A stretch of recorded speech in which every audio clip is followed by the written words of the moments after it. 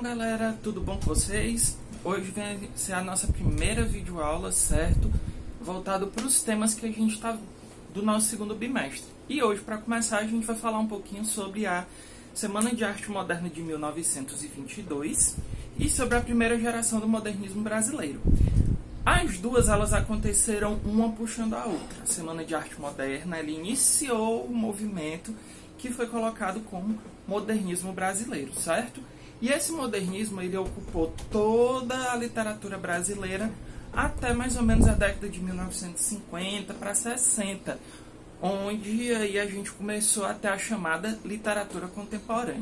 Então, durante todos esses anos, começando de 1922 até mais ou menos aí a década de 60, o Brasil se viu dentro do que a gente chama de modernismo brasileiro. Talvez uma das mais importantes tendências literárias nacionais, que propiciou aí toda uma mudança na forma de ver a literatura brasileira, certo? Então, começando pela Semana de Arte Moderna de 1922.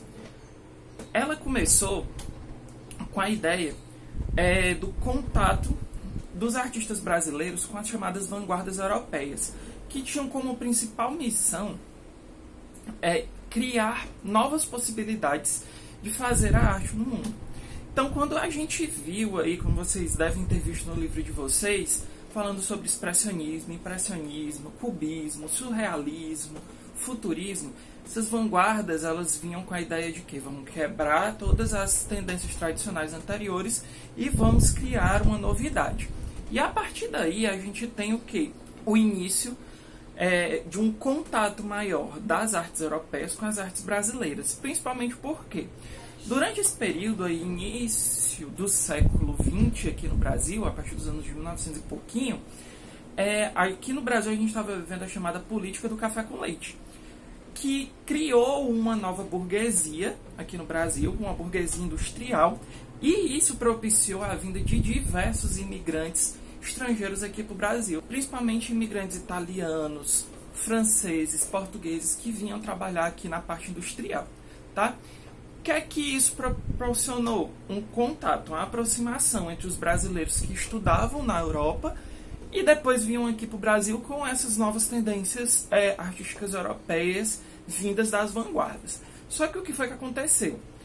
Quando os artistas que estavam estudando, né, lá na Europa e eles vinham para cá, eles vinham com a ideia de que o Brasil está muito atrasado. Tanto que um desses grandes nomes, né, artísticos que chegou aqui, ele olhou para... que é o Oswald de Andrade, ele chegou aqui e olhou, meu Deus do céu, a gente está atrasado em 50 anos de arte.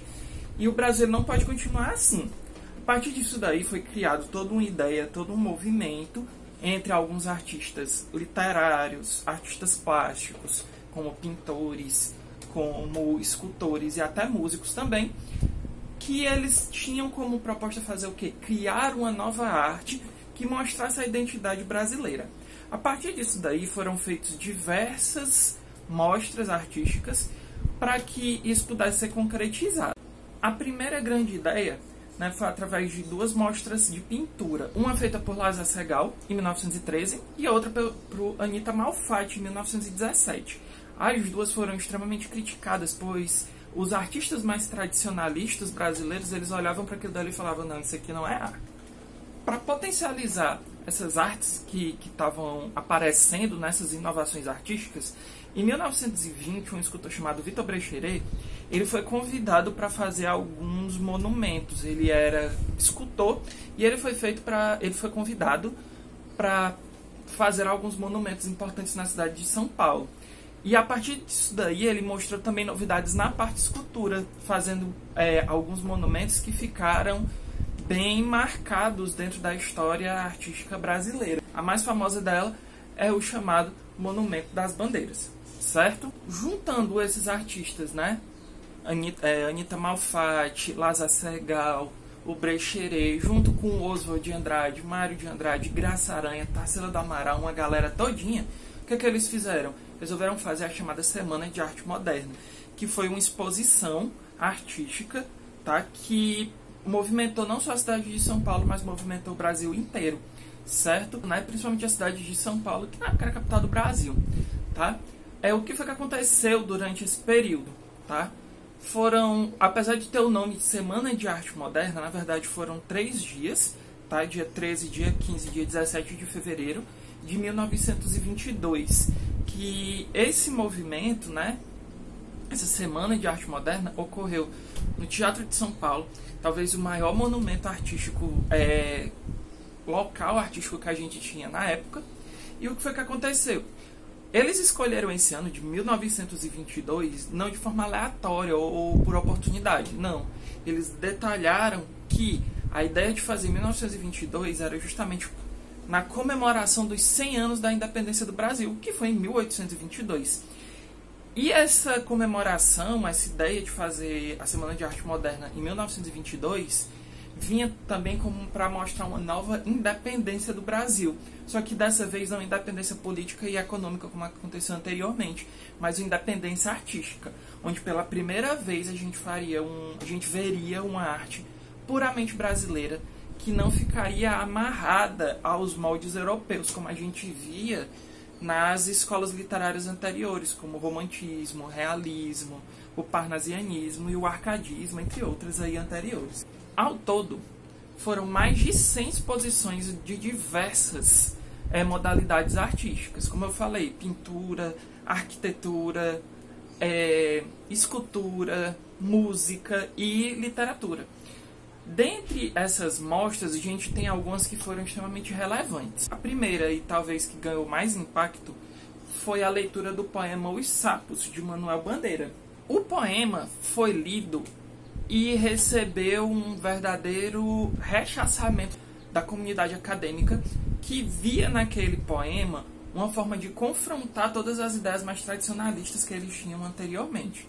E isso gerou muita polêmica, tanto que durante a leitura do poema houve uma enxurrada de vaias, as pessoas do público ficavam imitando sons de cavalo, ficavam vaiando, ficavam rindo, como forma de deboche mesmo a leitura do poema. E por que essa elite conservadora ela tinha tanto problema com os modernistas? Porque os modernistas, né, os fundadores da Semana de Arte Moderna, eles estavam tentando propor uma inovação artística aqui no Brasil. E isso incomodava aquela galera que via nas tradições conservadoras a verdadeira forma de arte. Tanto que um dos grandes autores que a gente tem aqui no Brasil, que é o Monteiro Lobato, o cara que fez o Capa Amarela, a Emília, ele foi um dos grandes críticos a essa Semana de Arte Moderna. Porém, depois ele se arrependeu. Mas na época ele foi um dos caras que mais falou mal da pessoa que estava propondo essas inovações artísticas. Isso gerou muito desconforto em alguns artistas da época. Porém, o que foi que aconteceu? Após a Semana de Arte Moderna, o que inicialmente teria sido um incômodo se tornou um novo olhar de esperança para a população, que via naquela ideia de uma reformulação artística também uma reformulação social, uma reformulação econômica, principalmente porque, depois a gente vai ver em outras aulas, que a galera do modernismo eles tinham um olhar social um pouco diferenciado, inclusive um olhar que muitas vezes era para aqueles que eram mais excluídos socialmente. E isso mostrou um olhar diferente para o Brasil. Além disso, gente, a Semana de Arte Moderna, junto com a primeira geração, eles trouxeram uma herança cultural muito grande, em que voltou-se a valorizar os elementos brasileiros. Então começou a ser olhado novamente para a natureza do Brasil, começou a ser olhado novamente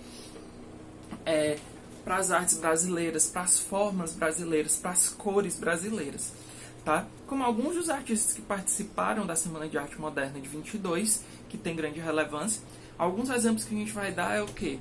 Tarsila do Amaral, tá? Que fez o Abaporu, que talvez tenha sido uma das obras mais famosas que a gente tem nas pinturas brasileiras, né? Ela tinha uma tendência toda cubista, então pode perceber que as formas dela eram cheias de formas geométricas, curvas e retas. As cores eram bem contrastantes. Isso daí vem como uma herança do cubismo, tá?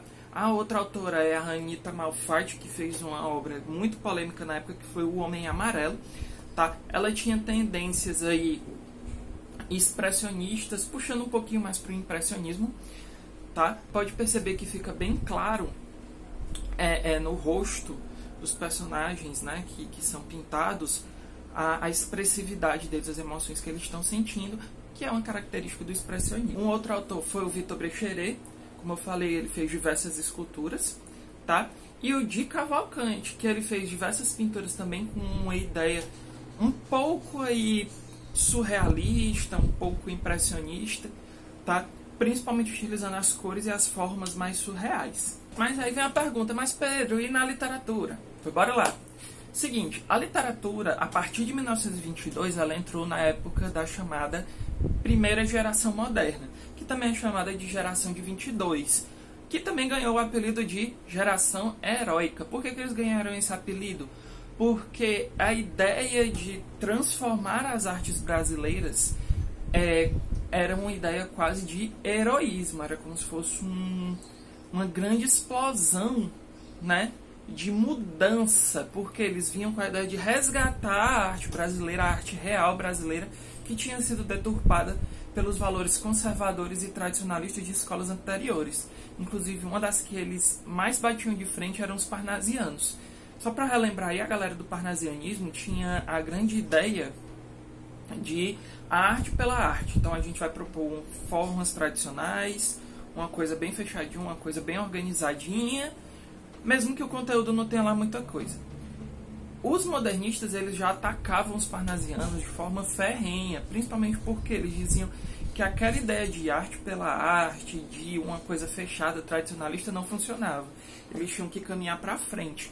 E isso daí influenciou de forma muito intensa os escritores da primeira geração moderna. Vale ressaltar que a grande ideia do modernismo era o quê? Era criar uma arte tradicionalmente brasileira, sem influências aí das artes europeias.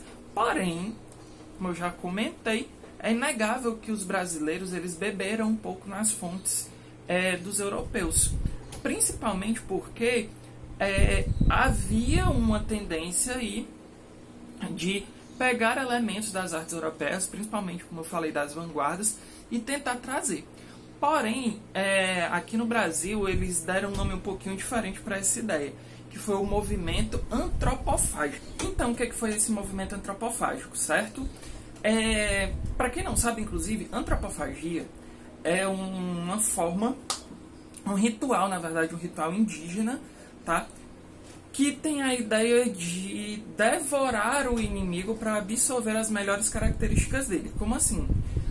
Muita gente confunde isso com tribos canibais ou alguma coisa do tipo, porém não tem nada a ver, tá? Porque o canibalismo, ele entra na ideia de simplesmente comer uma carne de outro ser da mesma espécie. Porém, a antropofagia, ela tinha uma finalidade religiosa.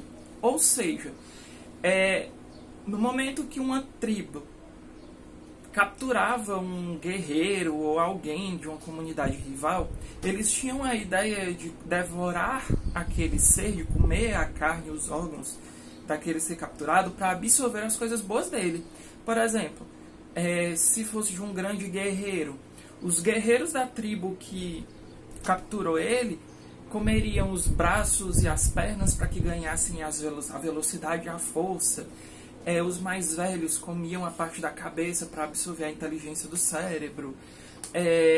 As crianças comiam o pulmão e o coração para ter uma vida mais longa e mais energia. As mulheres normalmente tinham a tendência de comer os órgãos sexuais para que elas fossem mais férteis. Então, essa ideia da antropofagia não é simplesmente comer a carne do outro tipo porque eu estou com fome ou por puro prazer. Não, era uma tendência religiosa, tá certo?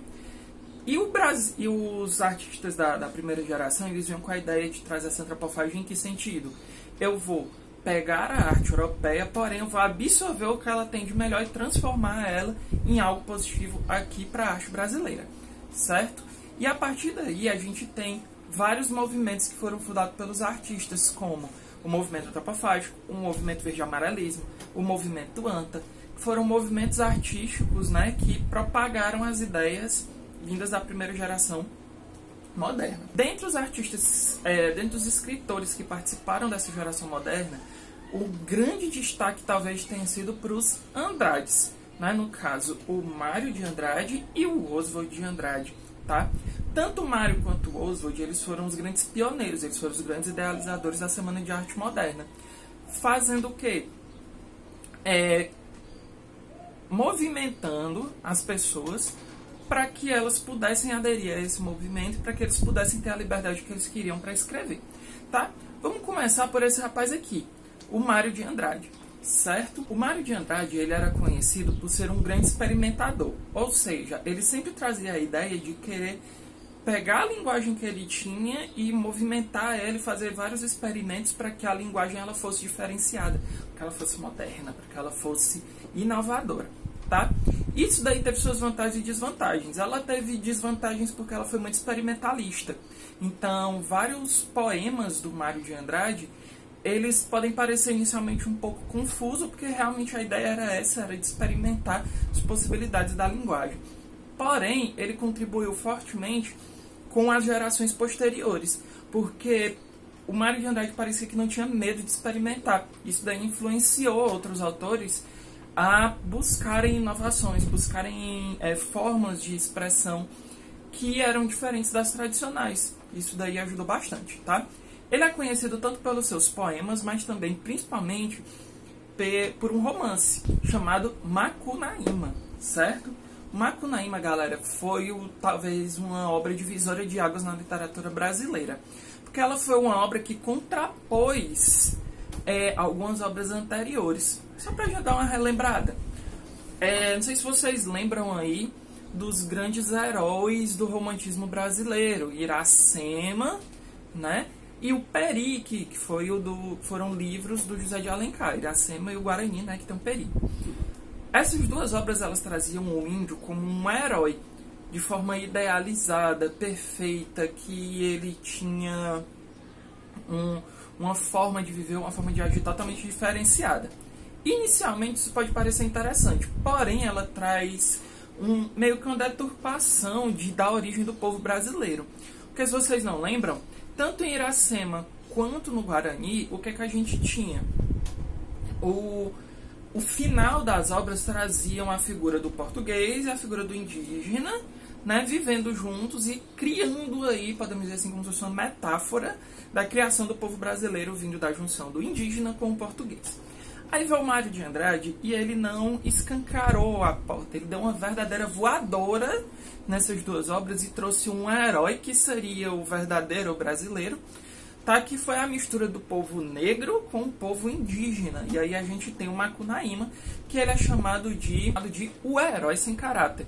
Na verdade, ele é um verdadeiro anti-herói, certo? Então ele nasceu numa tribo, ele nasceu com a pele mais negra, ele nasceu com alguns traços indígenas. Ele é uma figura até um pouco estranha, certo? Tanto que fizeram um quadrinho dele e tem essa imagem aqui um pouco exótica, uma ilustração um pouco exótica do Macunaíma. Daí criaram também um filme que também traz uma visão um pouco diferenciada desse ser. E ao longo da história, o Macunaíma ele vai se mostrando um herói realmente sem caráter. Então ele vai fazendo coisas que, tecnicamente, se a gente for olhar a questão da ética e da moral da nossa sociedade, elas são inaceitáveis. Porém, o que acontece? Tem um momento que há uma verdadeira quebra e aí a gente tem uma grande crítica social feita pelo Mário de Andrade. Que é o que? Um dia ele vai tomar um banho, o Macunaíma vai tomar um banho, e quando ele sai da água, ele sai branco. Como se aquela cor negra dele, na verdade, fosse sujeira. E no momento que ele sai branco, ele sai uma pessoa mudada. Ele sai uma pessoa boa, que já começa a refletir um pouco mais sobre a vida. Então a gente tem aí uma verdadeira crítica social. Então vai apresentar um novo herói brasileiro, mas principalmente um herói crítico brasileiro, fazendo uma verdadeira caricatura da sociedade da época. O outro grande cabeça da primeira geração moderna foi o Oswald de Andrade, esse rapaz bonito e sensual, que na verdade ficava com um monte de mulher e casou várias vezes, inclusive com várias artistas expressivas, como ele já foi casado com a Tarsila do Amaral, depois ele se casou com a Pagu, que era uma escritora e militante muito importante da época, principalmente porque ela trazia a voz feminina, certo? E ele tinha como grande característica a ideia da poesia como forma de crítica social, também trazendo todas as inovações estéticas, experimentalismo. Porém, ele era até um pouco mais atrevido do que o Mário de Andrade, se a gente for pegar pela ideia de crítica social. A crítica feita pelo Oswald, ela é muito mais intensa, ela é muito mais pesada, ela é muito mais direta.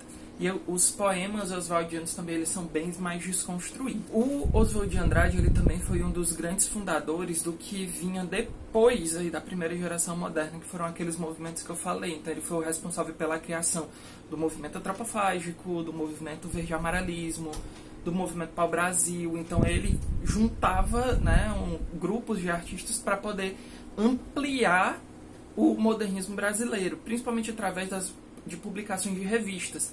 Dentre elas, a mais famosa de todas, a revista Claxon, tá? Que foi a grande revista de divulgação dos artistas modernos brasileiros. E para finalizar, Manuel Bandeira. Galera, o Manuel Bandeira talvez tenha sido um dos grandes movimentadores da linguagem brasileira, tá?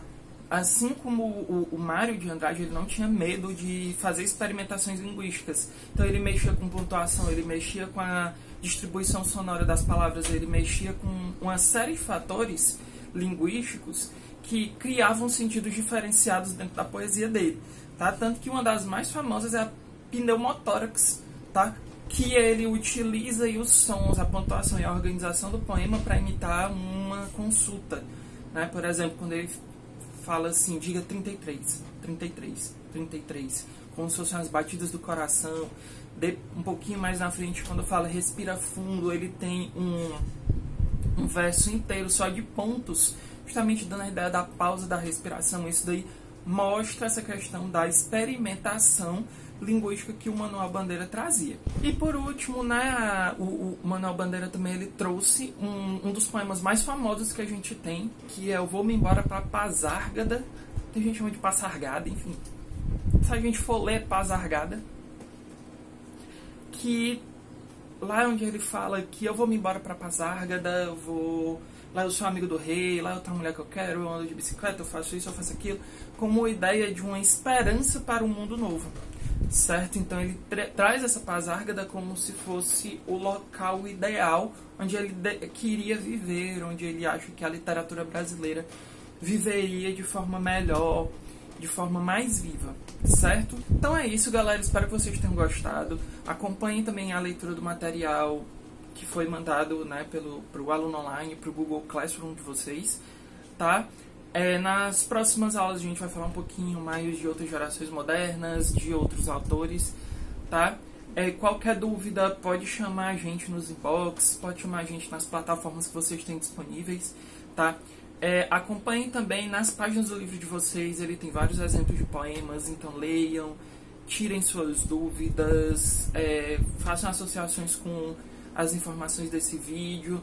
E é isso. Espero que todos fiquem bem, que todos estejamos bem. Um cheiro e até a próxima. Valeu!